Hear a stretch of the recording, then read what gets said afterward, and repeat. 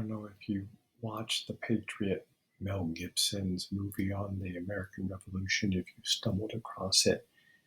But I was so excited when it came out because I thought it'll be like Braveheart. You better have watched Braveheart.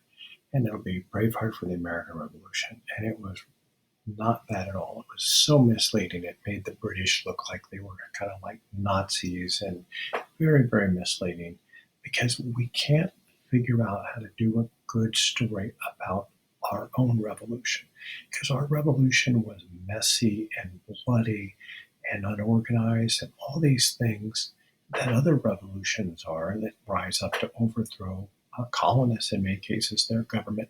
But to us, it needs to be a pageant. It needs to be Washington wiser than all and almost looking like Louis XIV from Versailles presiding over. Look how he rides in a boat across the Delaware. Again, these are the images.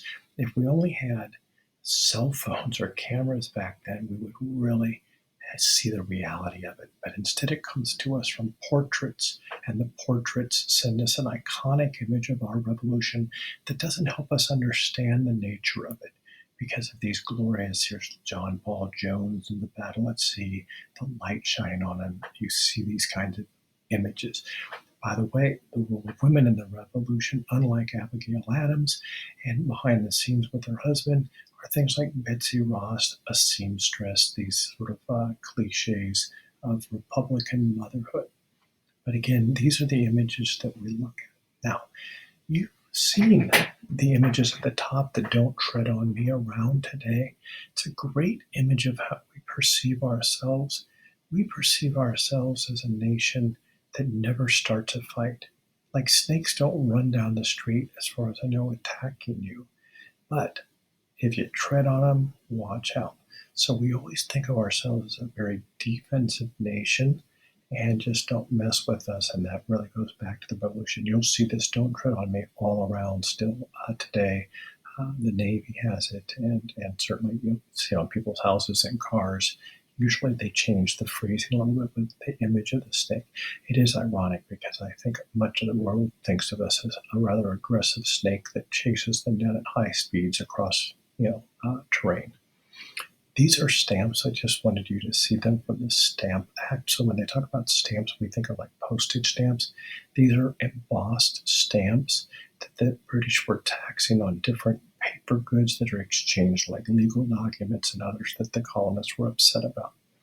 And this is an image of the Boston Tea Party. I'm not going to talk much about the Boston Tea Party, but just understand it wasn't Indians dressed up. It was members of the Sons of Liberty, and they're protesting the tax on tea, which is the only real tax the British left just to prove they could tax the colonists. Like, hey, you're not the boss of us, they're saying, the colonists. But it does prove that a small group of revolutionaries can create a revolution, even if the majority of people don't want the revolution. This is the famous Boston Massacre depiction by Paul Revere. Almost everything in this is what we'd say in modern times fake news. The colonists look like they have their back turned. You see the woman in the middle with the black shawl on, like she was ready to mourn the passing of whoever died. You see all of this, that soldiers are very organized and being told to fire.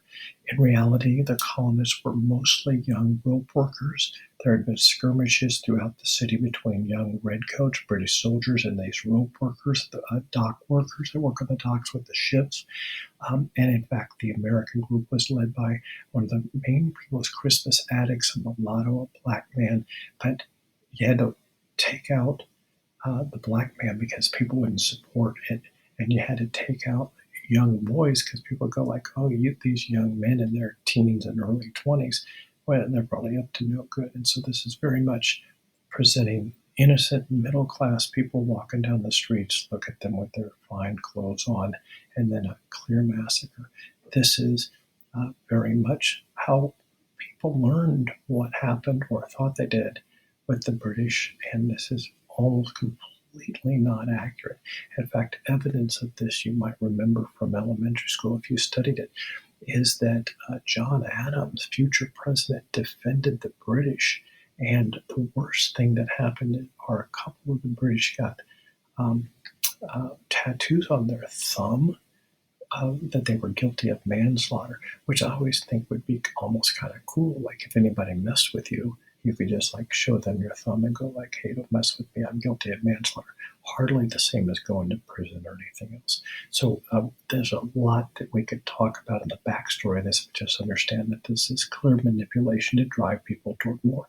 Again, you got the sense of liberty. You got Paul Revere with depictions like this. These are the things that perpetuate and create a war, a revolution, even if most people don't want it. Just want to show this. If you ever want to read a good book, read Benjamin Franklin's autobiography at the time. Now, real quickly, the typical things that people say, like what caused the American Revolution, are on the side.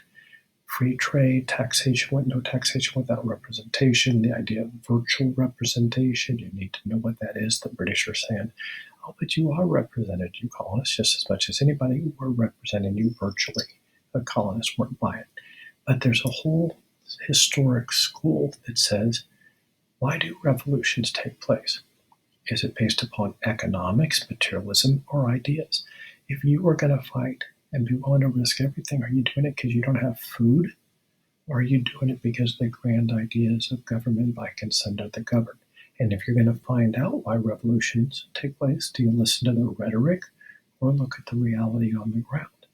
So the progressive school in the 1920s looked for class conflict. The 1920s historians, this is the rise of the Red Scare and communism, and they're looking at class conflict and they're saying this is really about class conflict and economics more than these grand ideas.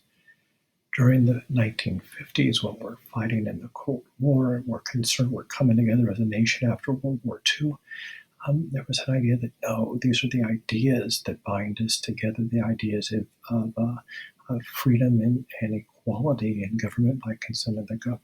And this Edmund Morgan talked about how religion and the Great Awakening fostered this spirit of freedom and people coming together as colonists.